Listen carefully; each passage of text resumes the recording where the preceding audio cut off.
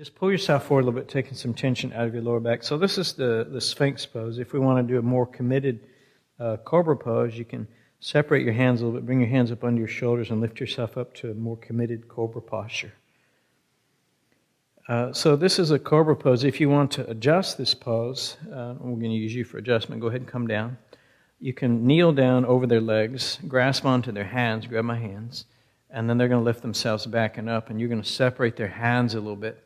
So it gives them the sensation of doing the Cobra pose, Bujang asana, without all the tension. Okay, exhale, coming down. Place your hands up under your shoulders. Inhale to upward facing dog. Exhale back to the downward facing dog. And come back down onto your stomach one more time. And this time, reach back and grab your ankles for the bow posture. Now we're going to try a couple variations of this. Let's assume you can't grab your ankles. I'm going to use you for an adjustment. You can grab my ankles, and I'll sit on your feet like a chair. And then you go ahead and lift yourself up to the bow. And so for an adjustment, you can sit on their feet and pick them up in this direction. Now, if you could grab your ankles, go ahead and grasp your ankles. Flex your feet.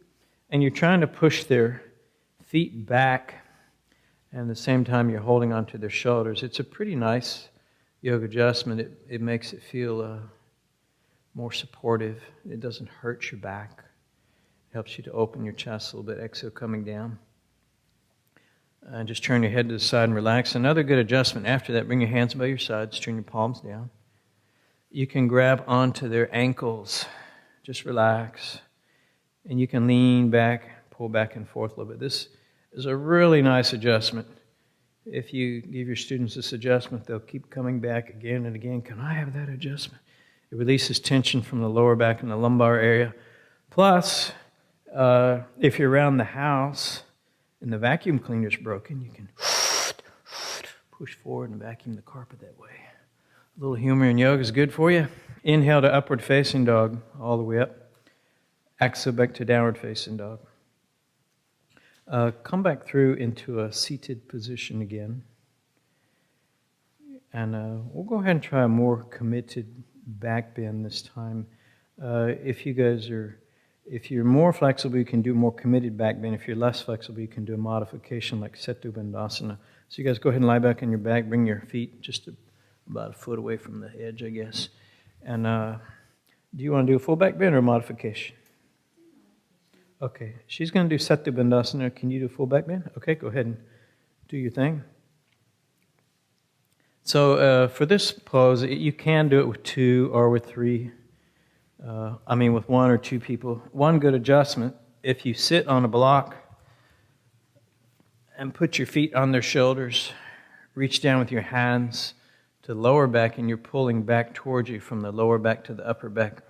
Back and forth, right hand, left hand, coming all the way down to the bottom.